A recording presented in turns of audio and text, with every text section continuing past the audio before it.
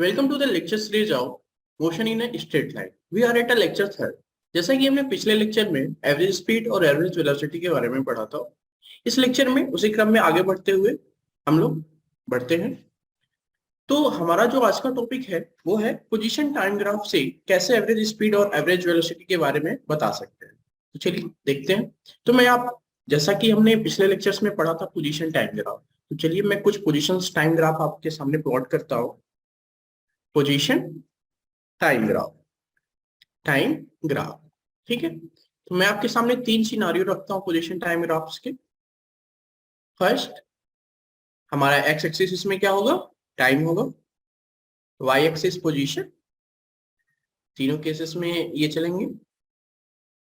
तो ये हमारा टाइम हो गया, ये पोजीशन हो गया, फिर यहाँ पर भी ये टाइम हो गया हमारा, ये पोजीशन। ये हमने एक्सिस यहाँ पे डिनोट कर रहे हैं ताकि हमें समझ में आए कि चीजें हो क्या रही हैं। ये यहाँ पर भी हम इसको टाइम से डिनोट कर दे रहे हैं और ये पोजीशन से।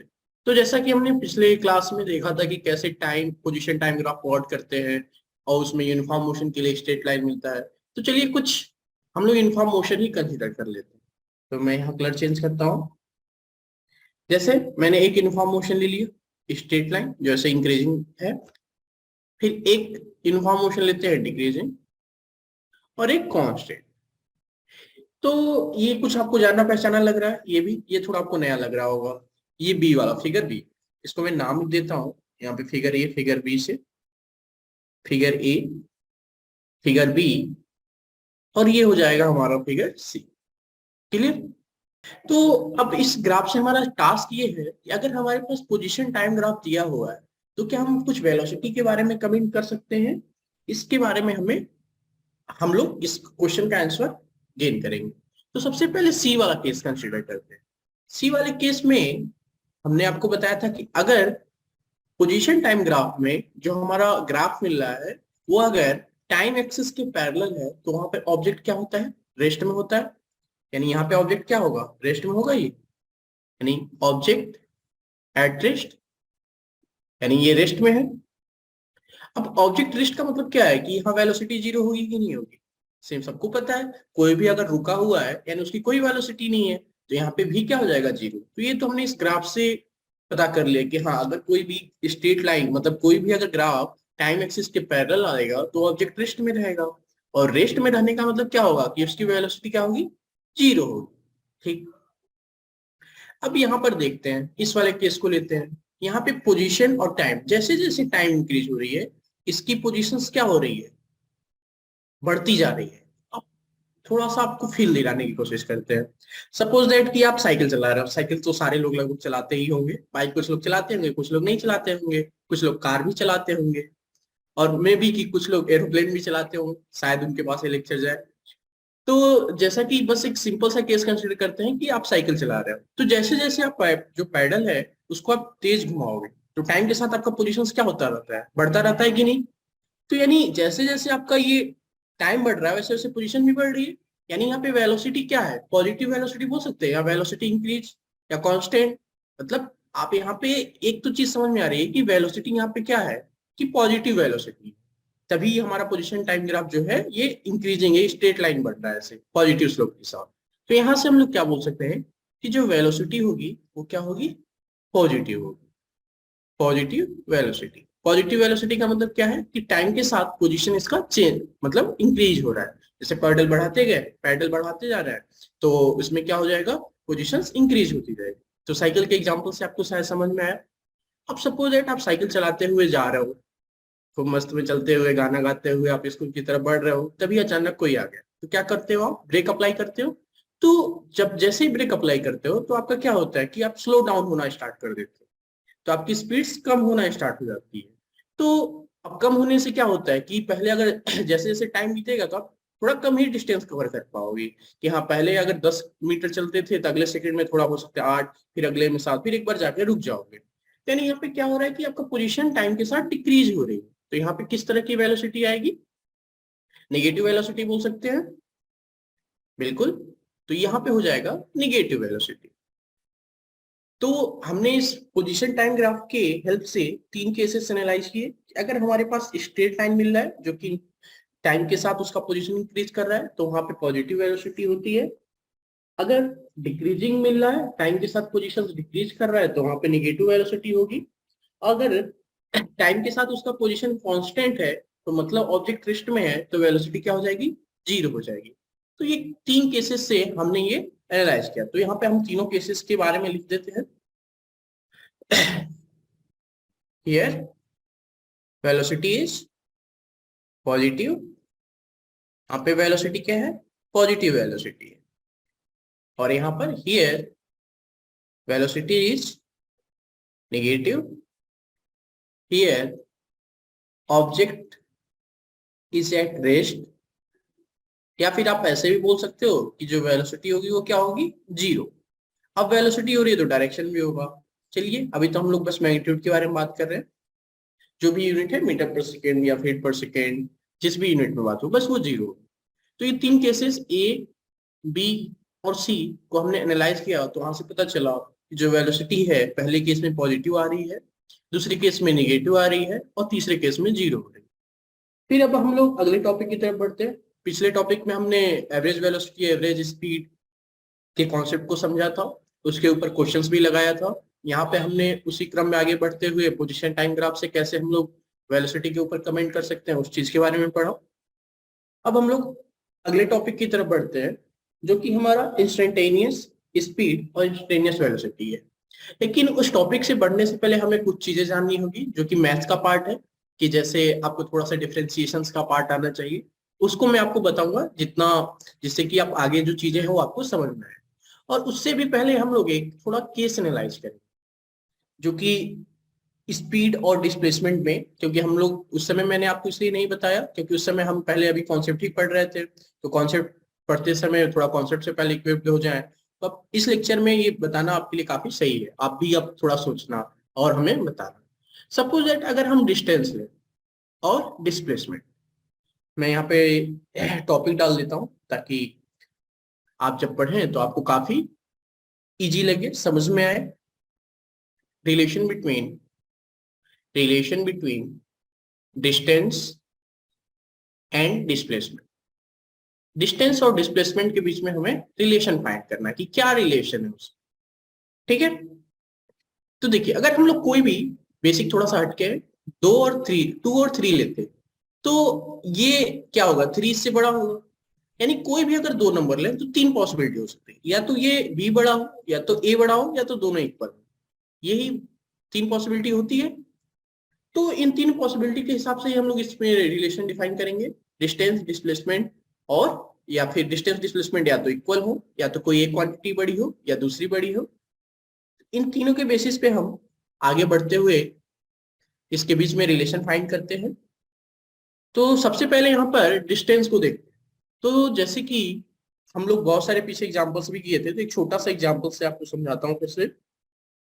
कि राम यहाँ पर है, ओरिजिन वो है, यहाँ पे एक पी ले लेते हैं।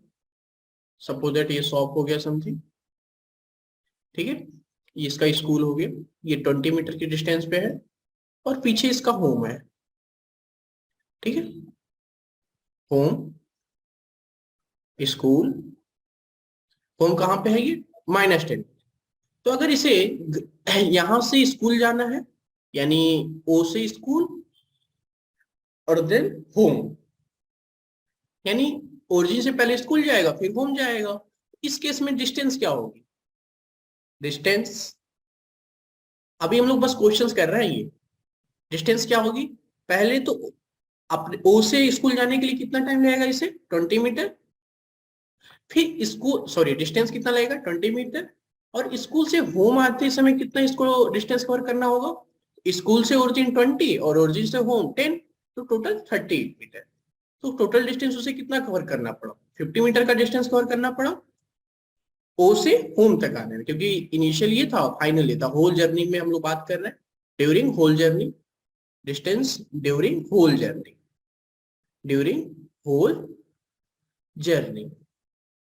अब डिस्प्लेसमेंट देखते हैं इसमें क्या आएगा। तो हमारा इनिशियल पॉइंट क्या था, ओ, फाइनल पॉइंट होम। तो ओ से यानी ओरिजिन से होम के बीच में डिस्टेंस कितना है, 10।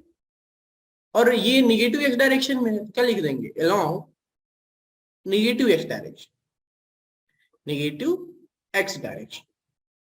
क्लियर? अब एक चीज यहां से ये देखने को मिल रहा है कि जो डिस्टेंस है वो तो बड़ा है डिस्प्लेसमेंट से। अगर डिस्प्लेसमेंट की मैग्नीट्यूड की बात करें, मैग्नीट्यूड मतलब बस उसके न्यूमेरिकल वैल्यू से मतलब है, किस डायरेक्शन में, उससे नहीं मतलब।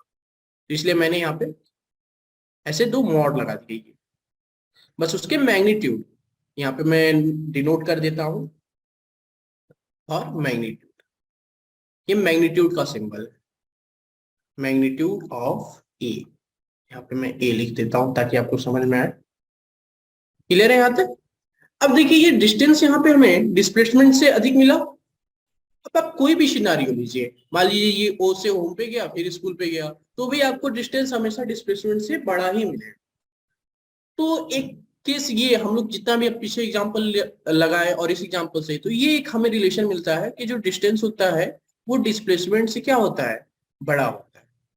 अब एक बहुत अच्छा क्वेश्चन, क्वेश्चन तो क्वेश्चन के लिए क्या, क्वेश्चन मार्क, एग्जाम्पल नहीं।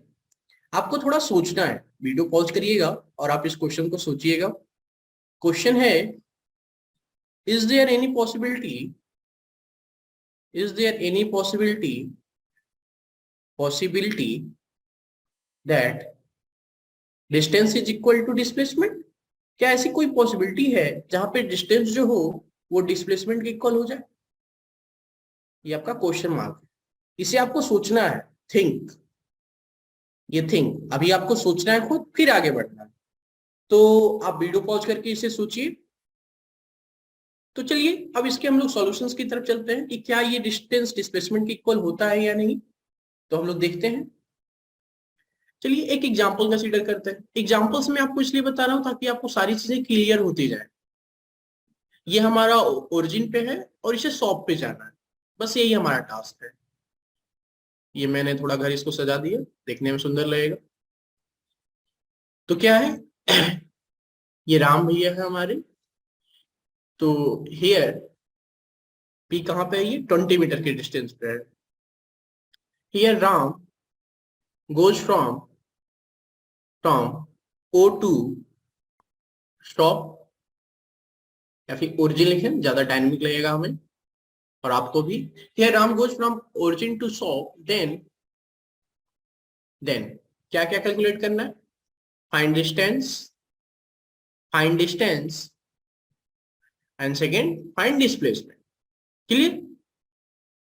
Find displacement. तो हमें डिस्टेंस और डिस्प्लेसमेंट ये कैलकुलेट करना है।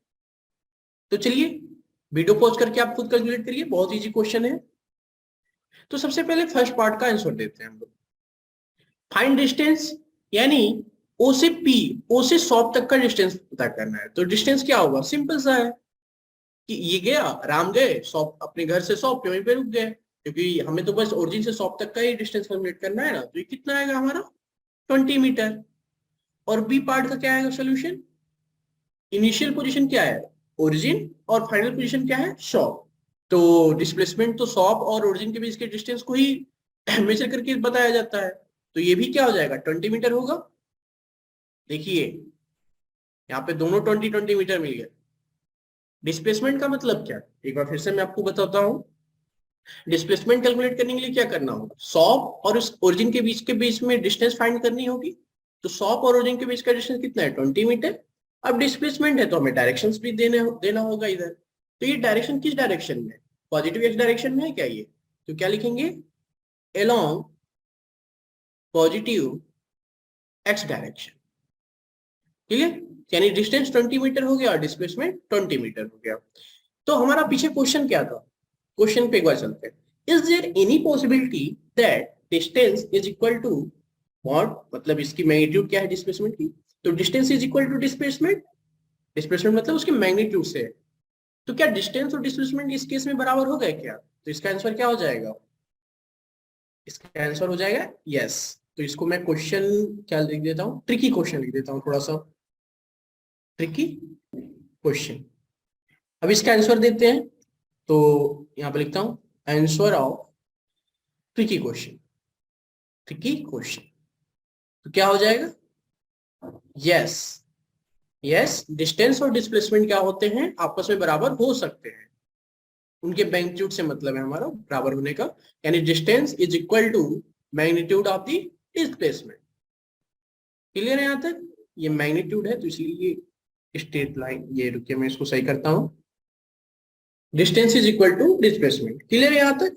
तो ये हमारा यहाँ से पता चल गया डिस्टेंस डिस्प्लेसमेंट के इक्वल भी हो सकता है। और ये हमारे पास रिलेशन क्या मिला हुआ था कि डिस्टेंस जो होता है वो डिस्प्लेसमेंट से क्या होता है, हमेशा बड़ा होता है। तो हमारे इस जो हमारा टारगेट था relation between distance and displacement, वो क्या मिलेगा हमें, फिर से हम लोग लिखते हैं नेक्स्ट पेज पे। Thus distance is greater than और equal to magnitude of displacement. तो ये हमें ध्यान रखना है कि जो डिस्टेंस होता है हमेशा, डिस्टेंस जो होता है वो हमेशा, कब, हमेशा या तो बराबर होगा डिस्प्लेसमेंट के या तो उससे बड़ा होगा। ठीक है, इसको बॉक्स में बंद कर लेते हैं और यहाँ पे स्टार मार्क कर लेते हैं कि हाँ ये हमारे लिए इंपॉर्टेंट। क्लियर?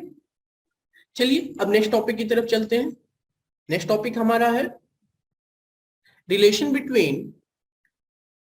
बिटवीन सिमिलरली जैसे डिस्टेंस और डिस्प्लेसमेंट में निकाले थे वैसे ही हम लोग relation between average speed and average velocity, यानी एवरेज स्पीड और एवरेज वेलोसिटी के बीच में रिलेशन फाइंड करेंगे। Relation between average speed and average velocity. हमारा टारगेट क्या है, एवरेज स्पीड और एवरेज वेलोसिटी के बीच में रिलेशन फाइंड करना। तो हमें पता है एवरेज स्पीड और एवरेज वेलोसिटी क्या होती है। तो सबसे पहले तो हम लोग फार्मूला लिखेंगे। वी नो एवरेज स्पीड क्या होता है, total path length upon time interval. तो टोटल पाथ लेंथ का मतलब क्या हो गया, distance upon time interval. Clear? Time interval, जिस टाइम इंटरवल में बात हो रही है। और एवरेज वेलोसिटी क्या होगी, average velocity is equal to displacement upon time interval, कि उस ड्यूरेशन में कितना डिस्प्लेसमेंट रहा और time interval, displacement upon time interval. Clear है यहां तक? तो हम लोग एवरेज स्पीड और एवरेज वेलोसिटी के बीच में रिलेशन फाइंड करते हैं। तो चलिए हम लोग सॉल्व करते हैं इस चीज को। मैं ग्रीन कलर का यूज कर रहा हूँ। वी नो, और हमें क्या पता है, डिस्टेंस और डिस्प्लेसमेंट के बीच में रिलेशन पता है क्या होता है, डिस्टेंस, हम लोग एवरेज स्पीड और एवरेज वेलोसिटी के बीच में रिलेशन फाइंड करते हैं। तो एवरेज स्पीड के मैग्नीट्यूड से मतलब है और एवरेज वेलोसिटी के भी मैग्नीट्यूड से मतलब है। तो बस हम मैग्नीट्यूड पे फोकस करेंगे, किस पे, मैग्नीट्यूड पे, डायरेक्शन से नहीं मतलब है। तो डिस्टेंस इज ग्रेटर देन और इक्वल टू डिस्प्लेसमेंट, ये पता है हमें। तो हम लोग क्या लिख सकते हैं, देन अगर डिस्टेंस डिस्प्लेसमेंट से बड़ा है तो अगर हम लोग टाइम इंटरवल से डिवाइड कर दें तो भी इनइक्वालिटी चेंज तो होगी नहीं, सेम क्वांटिटी से डिवाइड कर रहे हैं जो कि पॉजिटिव है, नेगेटिव है नहीं। क्योंकि अगर मान लीजिए 2 है बड़ा है, सॉरी 12 बड़ा है 5 से, तो अगर हम लोग 3 से डिवाइड कर दे दोनों साइड जो कि एक पॉजिटिव नंबर है तो भी इनइक्वालिटी चेंज नहीं होती। तो सेम चीज अप्लाई कर रहे हैं, distance upon time interval, distance upon time interval is greater than और equal to magnitude of displacement upon time interval. Clear? अब देखिए डिस्टेंस अपॉन टाइम इंटरवल क्या था हमारा, एवरेज स्पीड थी। तो ये क्या हो जाएगा, एवरेज स्पीड ग्रेटर देन और इक्वल टू, ये मैग्नीट्यूड है तो क्या इसको ऐसे लिख सकते हैं क्या, डिस्प्लेसमेंट अपॉन टाइम इंटरवल, लिख सकते हैं बिल्कुल। मैग्नीट्यूड है तो उसको अंदर ले जा सकते हैं। मॉड का साइन आपने मैथ में पढ़ा होगा, मॉड, या फिर आप आगे पढ़ोगे मैथमेटिक्स के स्टूडेंट जो बायो लिए हैं वो ऐसे देख सकते हैं कि ये जो एवरेज स्पीड है तो क्या होता है, डिस्टेंस अपॉन टाइम इंटरवल, तो ये अंदर चला जाता है। तो आप क्या हो जाएगा कि एवरेज स्पीड जो हो जाएगी आपकी, क्या हो जाएगा यहाँ तो average speed is greater than और equal to distance upon displacement, क्या होता है, एवरेज वेलोसिटी। तो यहां आ जाएगा एवरेज वेलोसिटी, यानी जो एवरेज स्पीड होती है या तो एवरेज वेलोसिटी से वेलोसिटी के इक्वल होगी या तो उससे बड़ा होगी, लेस देन कभी नहीं हो सकती। तो हमें एक रिलेशन मिल गया एवरेज स्पीड और एवरेज वेलोसिटी के बीच में। टारगेट हमारा क्या था, find the relation between average speed and average velocity. तो इस चीज को हम लोग लिखते हैं, thus average speed is greater than और equal to average velocity. Clear है? इसको आप स्टार मार्क कर लो, क्योंकि कभी कभी क्या होता है कि इससे डायरेक्ट क्वेश्चन पूछ लेता है या फिर इस कॉन्सेप्ट का यूज हो जाता है, तो उससे आपको कंफ्यूजन नहीं होना चाहिए। तो हमने क्या देखा अभी तक, एक बार उसे रिकॉल करते हैं। सबसे पहले हमने पोजीशन टाइम ग्राफ से कैसे वेलोसिटी को निकाला जाता है उस चीज के बारे में देखा। फिर हमने डिस्टेंस और डिस्प्लेसमेंट के बीच में रिलेशंस को फाइंड किया कि क्या आते हैं रिलेशन। तो वहां से हमें रिलेशन मिला, डिस्टेंस इज ग्रेटर देन और इक्वल टू डिस्प्लेसमेंट। नेक्स्ट हमने एवरेज स्पीड और एवरेज वेलोसिटी के बीच में रिलेशन को फाइंड किया। तो वहां से हमें क्या मिला, एवरेज स्पीड जो होता है ग्रेटर देन और इक्वल टू एवरेज वेलोसिटी। अब चलते हैं हम लोग अगले टॉपिक की तरफ, जो कि मैंने बोला अगला टॉपिक जो हमारा है instantaneous velocity and instantaneous speed. अब इस टॉपिक में आगे बढ़ने से पहले हमें कुछ मैथमेटिकल टर्म, जिसको हम लोग डिफरेंशिएशन बोलते हैं, वो हमें आना चाहिए। चलिए उस चीज को ही पहले पढ़ते हैं। तो मैं टॉपिक का नाम देता हूं डिफरेंशिएशन, बेसिक डिफरेंशिएशन लिख देते हैं, जितने से हम लोग आगे बढ़ के टर्मिनोलॉजी को समझ सकते हैं। बेसिक, यहाँ पे बस मैं आपको कुछ फॉर्मूले बताऊंगा और कुछ क्वेश्चन। डिफरेंशिएशन, ज्यादा डीप पार्ट में नहीं जाएंगे इसमें। बेसिक डिफरेंशिएशन, डिफरेंशिएशन सबसे पहले इसको डिनोट कैसे करते हैं। Suppose that dy by dx है, इसको हम लोग ऐसे पढ़ते हैं, डेरिवेटिव ऑफ, जैसे आपको डिफरेंशिएशन में जो सिंबल्स मिलते हैं dy बाई dx इस फॉर्म में मिलते हैं। तो dy बाई dx इसको हम लोग कैसे, इसको पढ़ेंगे कैसे, रीड कैसे करते हैं, तो लिखते हैं derivative of y with respect to x, x के रिस्पेक्ट में y का डेरिवेटिव क्या है। Suppose that dx by dt दे दिया, क्योंकि ये टर्मिनोलॉजी ही हमारे फिजिक्स में आगे यूज होंगी। तो dx बाई dt का मतलब ये हो गया derivative of x with respect to t का मतलब टाइम से ले सकते हो, यहाँ पे मैं ब्रैकेट में टाइम भी लिख दे रहा हूं। ऐसे अब आप बताना dy बाई dt का मतलब क्या होगा। चलिए वीडियो पॉज करिए, खुद से लिखिए। हाँ, तो मैं लिखता हूं, आप लोग अपना आंसर मैच करिएगा। क्या आएगा, derivative of y with respect to t का मतलब यहां से हम लोग टाइम को लेके चल रहे हैं, ठीक है। और कुछ और भी लिखते हैं हम लोग, ताकि जो हम लोग के आगे इसमें यूज होगा फिजिक्स में, जैसे जैसे आगे बढ़ेंगे वो सारे क्वांटिटीज को लिख ही लेते हैं यहीं पे। तो dv बाई dt इसका मतलब क्या हो गया, डेरिवेटिव ऑफ v, कोई भी क्वांटिटी हो सकती है, v मतलब वेलोसिटी, कोई भी रैंडम कोई भी क्वांटिटी हो सकती है। यहाँ पे स्टिक नहीं होना है कि हाँ v मतलब वेलोसिटी होगा, लेकिन यहाँ फिजिक्स में v का मतलब क्या होता है, वेलोसिटी से ही लेके चलते हैं, जो यूजुअली कन्वेंशन है। तो derivative of v with respect to t मतलब टाइम। क्लियर? तो चलिए हमने कुछ टर्मिनोलॉजी समझा कि dy बाई dx क्या होता है, dx बाई dt क्या होता है, dy बाई dt क्या होता है, और dv बाई dt क्या होता है, उसका मतलब समझा। अब इस चीज को एक लिखने का तरीका होता है, जैसे dx बाई dt लिखे, इसका मतलब ये होता है कि ये आया कहां से।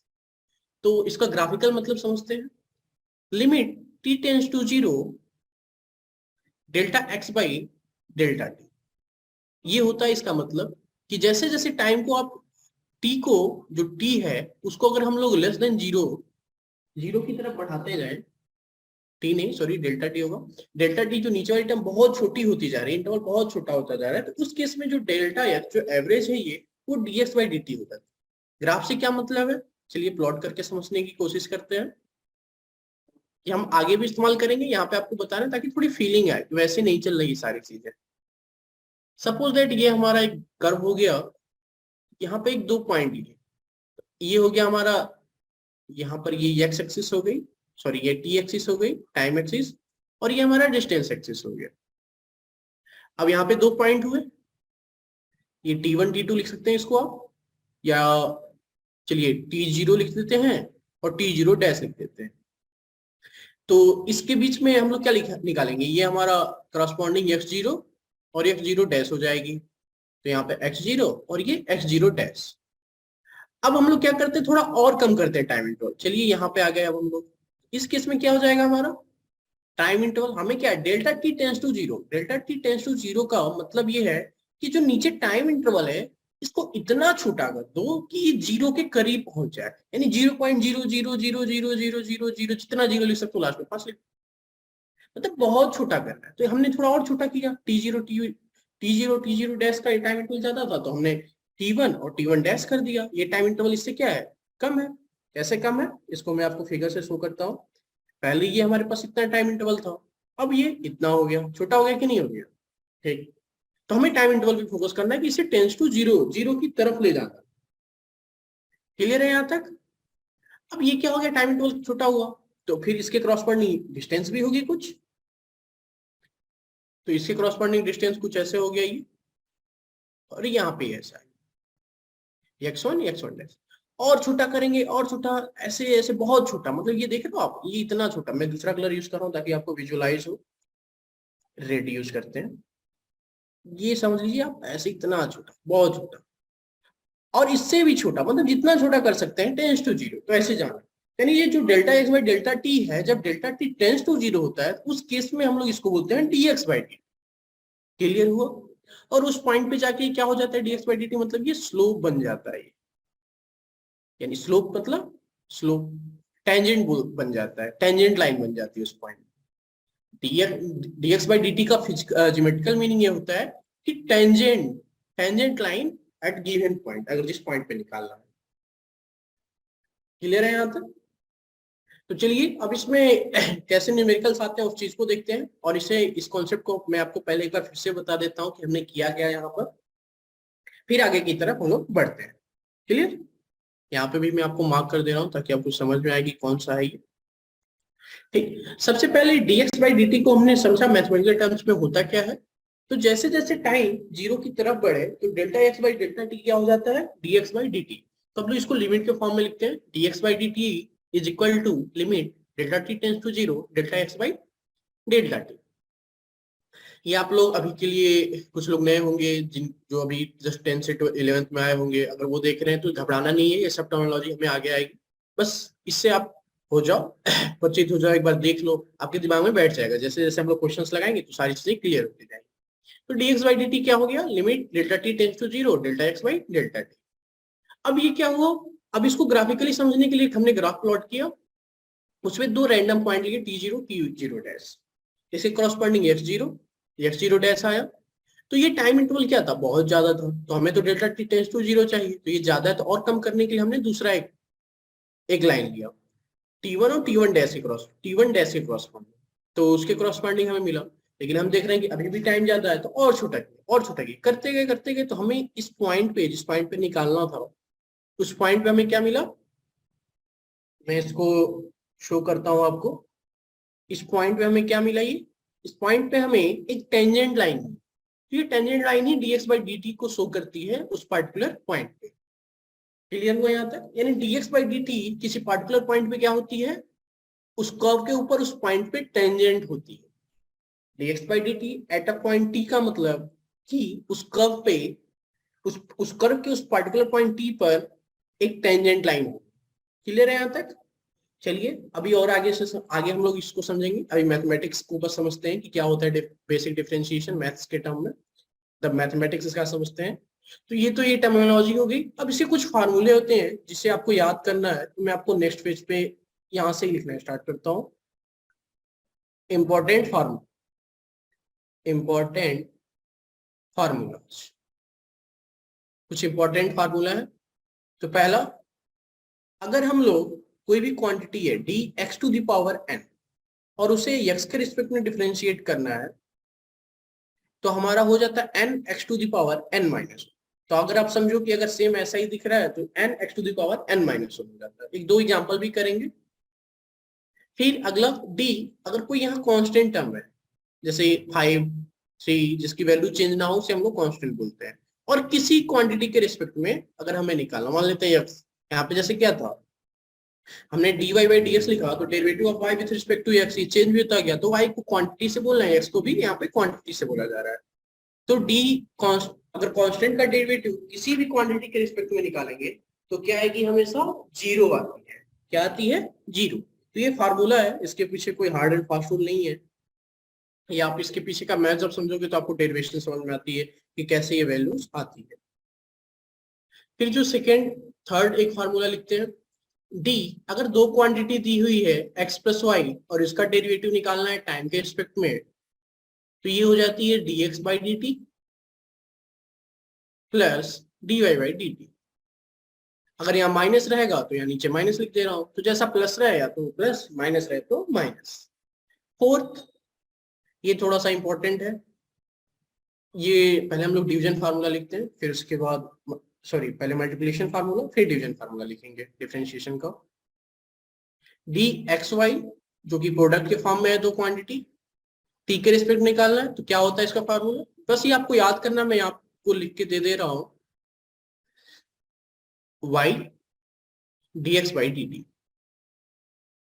फिफ्थ, dx by y को अगर हमें t के रिस्पेक्ट में डिफरेंशिएट करना है तो क्या हो जाएगा, सबसे पहले y का square y dx by dt minus x dy by dt।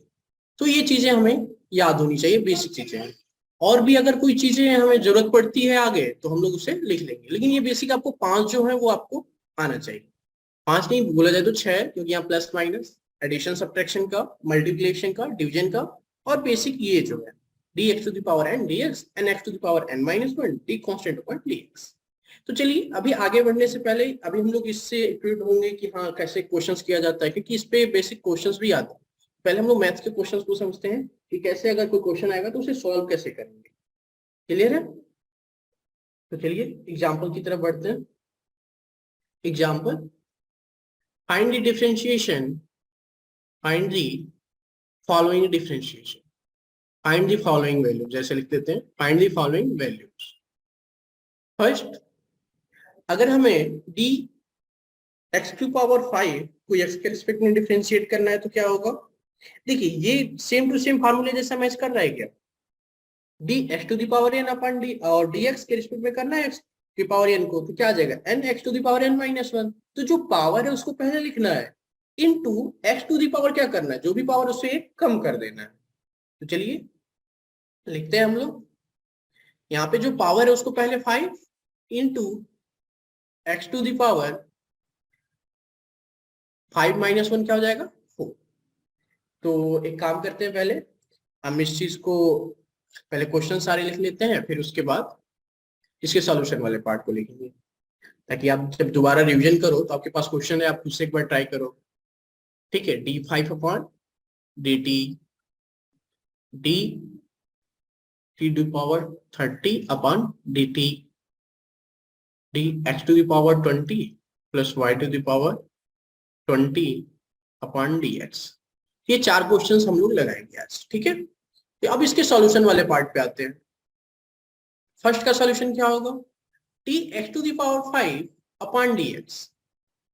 तो इसका हमने फार्मूला देखा था, क्या था formula, 5 x to the power 5 minus one, ये 4 आ गया था। फार्मूला मैं बगल में लिखता हूं ताकि आप चीजों को रिलेट कर सको, क्योंकि क्या बोलते हैं ये, since d x to the power n upon d x is equal to n into x to the power n minus, क्योंकि ये होता है अगर x to the power n को एक्स के रिस्पेक्ट में डिफरेंशिएट कर रहे हैं तो n dot x to the power n minus one आती है, इसलिए हम लोग इस चीज को ऐसे लिख रहे हैं। तो अब हम लोग नेक्स्ट क्वेश्चन की तरफ चलते हैं, डी 5 अपॉन डी टी। तो ये क्या आएगा, डी 5 अपॉन डी टी। तो ये देखिए ये कांस्टेंट टर्म है, कांस्टेंट का किसी भी क्वांटिटी के रिस्पेक्ट में डिफरेंशिएशन करेंगे तो ये 0 आएगा। मैं बगल में फार्मूला भी लिख देता हूं ताकि आपको चीजें और अच्छे से और क्लियर होती जाए। Since derivative of constant with respect to any quantity, किसी भी क्वांटिटी के रिस्पेक्ट में उसका अगर डिफरेंशिएशन कर रहे हैं तो क्या आएगी, वो 0 आएगी। क्लियर है? अब हम लोग थर्ड क्वेश्चन की तरफ, d t to the power 30 अब differentiate with respect to t, इस चीज को देखते हैं। सी पार्ट में हमें टी टू पावर 30 को टाइम के रिस्पेक्ट में टी के रिस्पेक्ट में डिफरेंशिएट करना है। तो ये तो इजी है, जैसा कि फर्स्ट क्वेश्चन था, इसमें मैं फार्मूला नहीं लिखूंगा। वीडियो पॉज करिए, खुद से लगाइए, आप देखिए क्या आ रहा है आपका आंसर। चलिए बहुतों ने सही लगाया, लेकिन आप फिर से देखिए कि क्या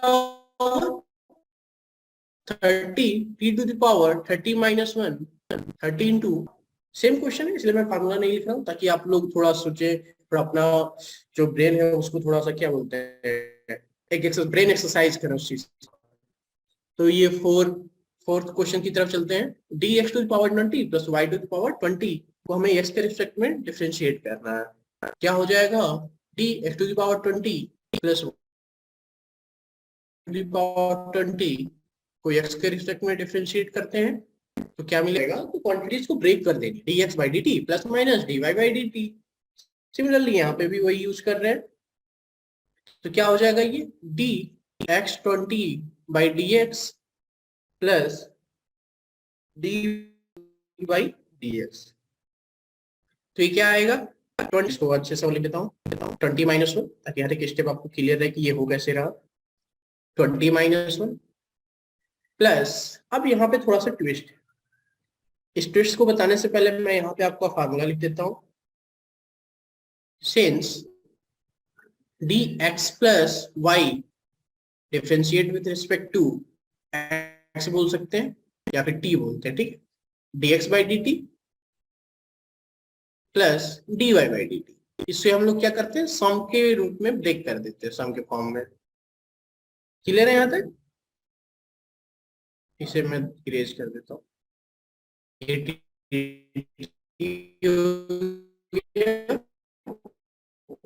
और ये dy हो। क्लियर? अब कॉन्सेप्ट है उससे मैं आपको बताता हूँ, मैं ग्रीन कलर का यूज कर रहा हूँ उस चीज को बताने के लिए। dy⁻20 अगर हमारे पास सेम क्वांटिटी नहीं है, जैसे यहाँ पे सेम, और ये पिछले वाले केस में भी यहाँ सेम क्वांटिटी था, सारी जगह सेम क्वांटिटी थी, यहाँ तो किसी भी क्वांटिटी के रिस्पेक्ट में करे। अगर हमारे पास यहाँ डिफरेंट क्वांटिटीज आ गई तो यहाँ पे हम लोग चेन रूल लगा। चेन रूल का मतलब क्या है, हम लोग ऐसे यूज करते हैं dy/20 dy इंटू dy/dx। आपको नहीं समझ में आ रहा है तो बेसिकली समझने के लिए, ये कोई मैथ नहीं है, सही मैथ नहीं, बस आपको समझने के लिए मैं बता रहा हूँ कि dy/20 यहाँ पे dy से डिवाइड कर दो, dy से मल्टीप्लाई कर दो, और इसको एक पास रख लो, इसको एक पास रख लो, ये बस समझने के लिए आपको। तो ये चेन रूल हो जाती है, इसे मैं अभी मेंशन कर देता हूँ 6 रूल में। तो यहाँ से ये क्या आ जाएगी, dy/20 dy is equal to, same ये फार्मूला लगेगा आपका फर्स्ट वाली, dx⁻n को x के रिस्पेक्ट में डिफरेंशिएट करने पे n.x⁻n-, ये आएगी, ठीक है। तो क्या हो जाएगा ये 20y⁻20 - 1 इंटू dy/dx। तो क्या आ गया आपका आंसर, ये 20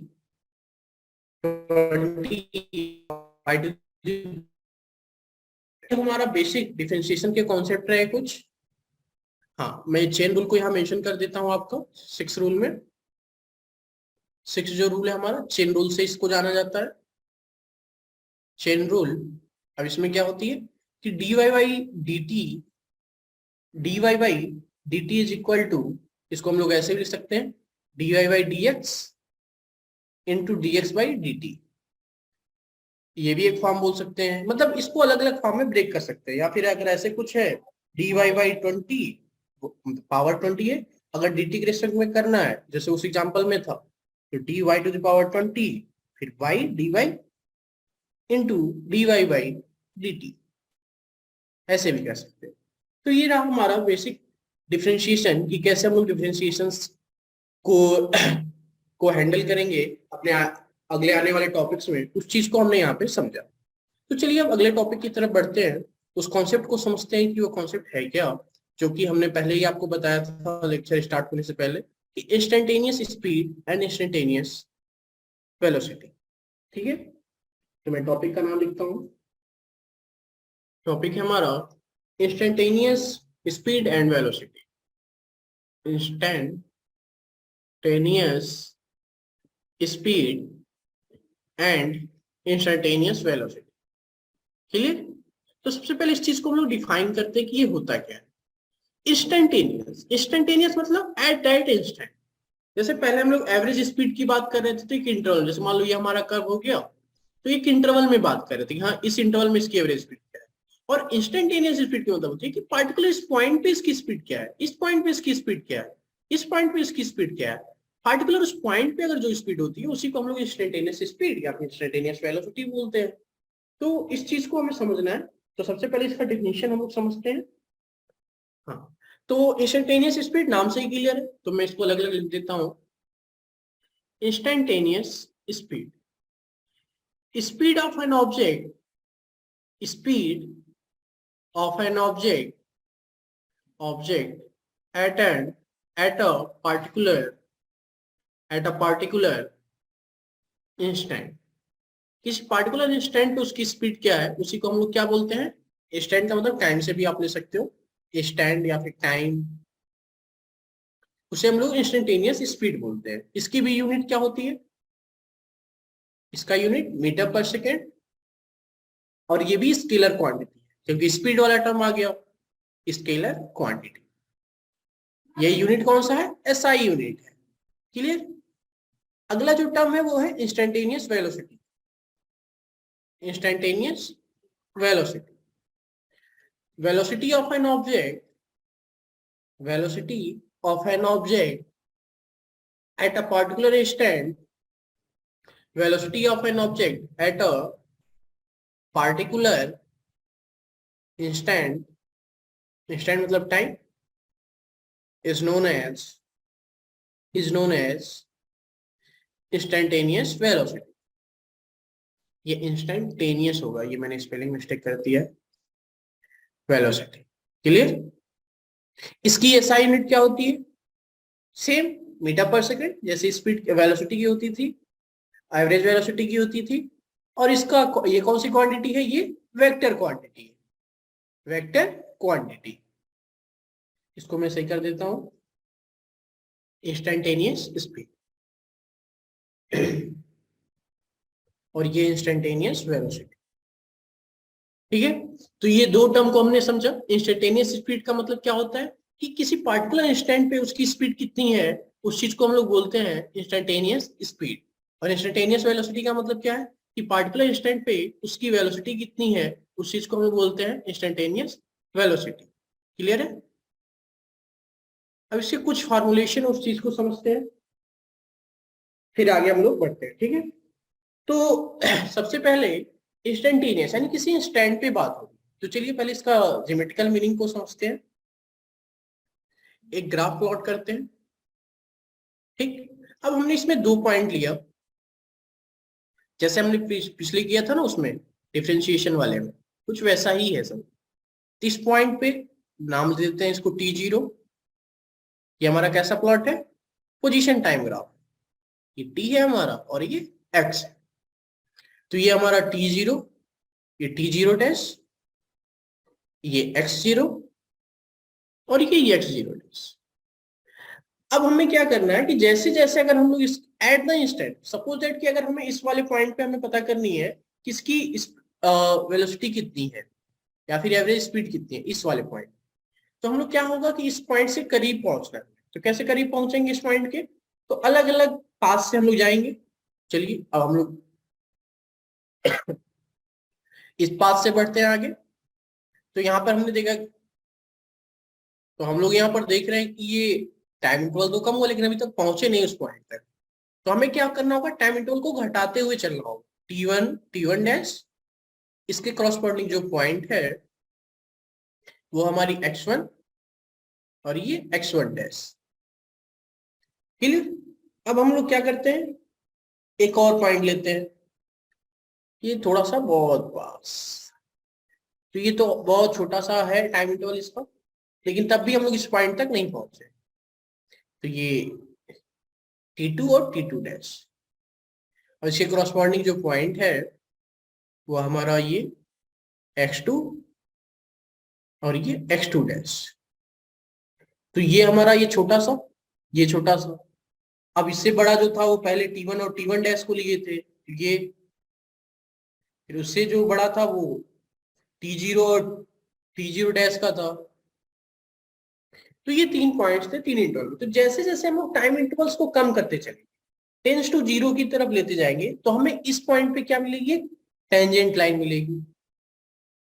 इस पॉइंट पे हमें एक टेंजेंट लाइन मिलेगी। तो ये टेंजेंट लाइन क्या होगी, ये देगी उसकी स्पीड उस पार्टिकुलर इंस्टेंट पे। इसकी जो स्लोप होगी, इस टेंजेंट लाइन की जो स्लोप होती है वो हमें स्पीड देगी उस पार्टिकुलर इंस्टेंट पे। इसे मैं इरेज करता हूँ, थोड़ा सही लाइन बनाते हैं। ठीक है, तो इस लाइन की जो स्लोप होगी, यहाँ पे लिखता हूं, slope of this tangent line, slope of this tangent line gives instantaneous speed और वेलोसिटी। स्पीड और वेलोसिटी क्यों? क्योंकि यहाँ पे एक्चुअली दोनों का जो मैग्नीट्यूड होती है दोनों का सेम आता है, इंस्टेंटेनियस स्पीड का भी और इंस्टेंटेनियस वेलोसिटी का भी। तो चलिए इस चीज को, ये क्यों होता है ये हम लोग आगे देखेंगे, बट दोनों सेम आती है, बस वेलोसिटी में डायरेक्शन आ जाती है और स्पीड में डायरेक्शन नहीं। तो जैसे जैसे टाइम इंटरवल को कम करते गए तो हमें उस पार्टिकुलर इंस्टेंट पे हमें क्या हुआ, इंस्टेंटेनियस स्पीड या फिर इंस्टेंटेनियस वेलोसिटी का मैग्नीट्यूड मिल गया। यानी सबसे पहले हमने एवरेज वैल्यू स्पीड से स्टार्ट किया और टाइम इंटरवल को हम लोग जीरो की तरफ लेते गए। इसको अगर हम लोग मैथमेटिकल टर्म में लिखें तो क्या आएगा, मैथमेटिकल टर्म में लिखा जाए तो हमने एवरेज स्पीड को लिया था डेल्टा एक्स डेल्टा टी या एवरेज वेलोसिटी को, और इसमें हमने टाइम इंटरवल को जीरो की तरफ लेते गए, delta t tends to zero. तो जैसे जैसे टाइम इंटरवल को जीरो की तरफ ले जा रहे थे तो हमें एक टेंजेंट लाइन मिली, और जो टेंजेंट लाइन का जो स्लोप है वो हमें क्या दे रहा है, स्पीड दे रहा है उस पार्टिकुलर इंस्टेंट पे। तो यानी इसकी जो वैल्यू होगी वो किसके इक्वल हो जाएगी, वी मतलब इंस्टेंटेनियस स्पीड के इक्वल आ जाएगी। तो यहां तक आपको क्लियर है? तो हम लोग इस क्वांटिटी को limit delta t tends to zero delta x by delta t, जैसा कि हमने डिफरेंशिएशन में पढ़ा था, इसको हम लोग क्या लिखते हैं, dx बाई dt, जो भी यहाँ पे है उसको dx बाई dt से डिनोट कर देते हैं। इस चीज को हम लोग यहाँ पे क्या लिख सकते हैं, limit delta t tends to zero delta x by delta t is equal to dx by dt। तो यानी जो हमारा इंस्टेंटेनियस वेलोसिटी होता है वो क्या होता है, differentiation of x with respect to time. यानी हम लोग लिख सकते हैं दस मैग्नीट्यूड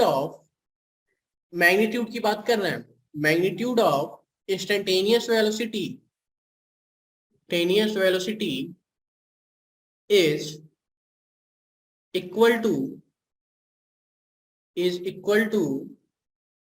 डिफरेंशिएशन ऑफ या फिर डेरिवेटिव ऑफ गिवन क्वांटिटी, जो भी क्वांटिटी दिया हुआ है गिवन क्वांटिटी, या फिर गिवन क्वांटिटी का मतलब मैं ब्रैकेट में लिख देता हूं, डिस्टेंस से मतलब है डिस्टेंस या डिस्प्लेसमेंट। तो यहाँ वेलोसिटी का टर्म इन्वॉल्व हुआ है तो डिस्प्लेसमेंट लिखेंगे। Magnitude of instantaneous velocity is equal to derivative of given quantity मतलब displacement with respect to time. Time का मतलब यहाँ पे t। अगर यहाँ स्पीड की बात होती तो किसका आ जाता, डिस्टेंस आ जाती, तो उसको भी लिख देते हैं। And similarly instantaneous speed is equal to derivative of distance, given quantity मतलब distance, with respect to time. Time के रिस्पेक्ट में डेरिवेटिव करने पे, डिस्टेंस का टाइम के रिस्पेक्ट में डेरिवेटिव करने पे जो भी वैल्यूज आएगी उसे हम लोग इंस्टेंटेनियस स्पीड बोलेंगे। ठीक है, एक्चुअली ये फंक्शन के फॉर्म में रहेगा तो ये हम लोग इसका डेरिवेटिव कर सकते हैं। अगर कांस्टेंट स्पीड है, जैसे कि अगर रेस्ट में है या फिर कोई एक ऑब्जेक्ट 40-40 मतलब यक्स, यहाँ डिस्टेंस अगर कांस्टेंट है मतलब कि क्या है कि पहले भी 40 मीटर पे था बाद में भी 40 मीटर, तो रेस्ट में रहेगा। तो कांस्टेंट का डिफरेंशिएशन क्या आता है किसी भी क्वांटिटी के रिस्पेक्ट में, जीरो। तो यहाँ पे वेलोसिटी जीरो हो जाएगी, और वहां पे भी हमने देखा था कि वेलोसिटी जीरो ही आएगी। जिसे हम लोग वेरियस एग्जांपल से समझेंगे कि क्या होता है इंस्टेंटेनियस स्पीड, इंस्टेंटेनियस वेलोसिटी। अभी हम लोग पहले इसके टर्मिनोलॉजी को समझते हैं। तो क्या देखा हमने, क्या होती है इंस्टेंटेनियस स्पीड, इंस्टेंटेनियस वेलोसिटी। सबसे पहले तो इसके टर्म को समझना है। इसके टर्म को समझने का मतलब ये है कि सबसे पहले इंस्टेंटेनियस स्पीड का मतलब होता है कि इस पार्टिकुलर इंस्टेंट पे इसकी स्पीड कितनी है और इसके पार्टिकुलर इंस्टेंट पे इसकी वेलोसिटी कितनी है।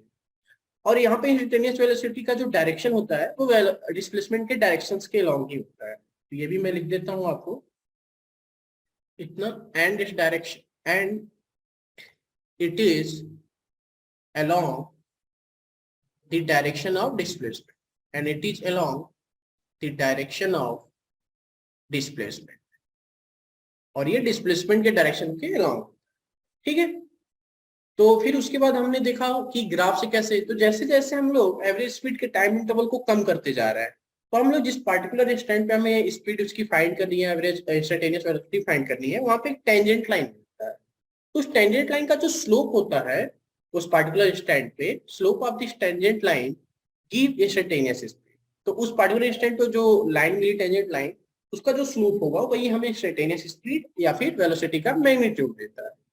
तो यहाँ से हमने इस चीज को डिफाइन किया कि जैसे जैसे टाइम टी जो है वो टेंस टू जीरो की तरफ जाता जा रहा है, तो v की वैल्यू क्या होती जा रही है, जैसे जैसे ये टाइम जैसे जैसे डेल्टा एक्स और डेल्टा टी जो है limit t tends to zero, जैसे जैसे टी जो है जीरो की तरफ बढ़ता हुआ जा रहा है, तो ये किसकी तरफ बढ़, क्या मिल रहा है हमें, देखते हैं यहाँ से। यहाँ से हम देख रहे हैं कि जैसे जैसे टाइम जो है वो बहुत छोटा होता जा रहा है, तो ये टेंजेंट लाइन मिली है जिसका स्लोप हमें स्पीड दे रहा है। तो जैसे जैसे यहाँ पे delta t tends to zero हो गया तो हमें v मिल गई, और ये क्वांटिटी हमें डिफरेंशिएशन वाले में पढ़े थे dx by dt आती है, तो यहाँ से dx by dt की इक्वल हो गई। तो फिर हमने यहाँ पे इसको कंक्लूड करके एक समराइज फॉर्म में लिखा कि मैग्नीट्यूड ऑफ इंस्टेंटेनियस वेलोसिटी क्या होती है, वो derivative of displacement with respect to time के इक्वल होती है, और इसका जो डायरेक्शन होता है वो along the direction of displacement होता है। मतलब कि जो डिस्प्लेसमेंट की डायरेक्शन होगी वही इंस्टेंटेनियस वेलोसिटी की डायरेक्शन होगी। सिमिलरली हमने इंस्टेंटेनियस स्पीड को डिफाइन किया कि instantaneous speed is equal to the derivative of distance with respect to time, यानी टाइम डिस्टेंस को अगर टाइम के रिस्पेक्ट में डिफरेंशिएट कर दिया जाए तो हमें इंस्टेंटेनियस स्पीड मिलता है। तो चलिए देखते हैं आज के लेक्चर में हमने क्या क्या पढ़ा, उसको समराइज करते हैं।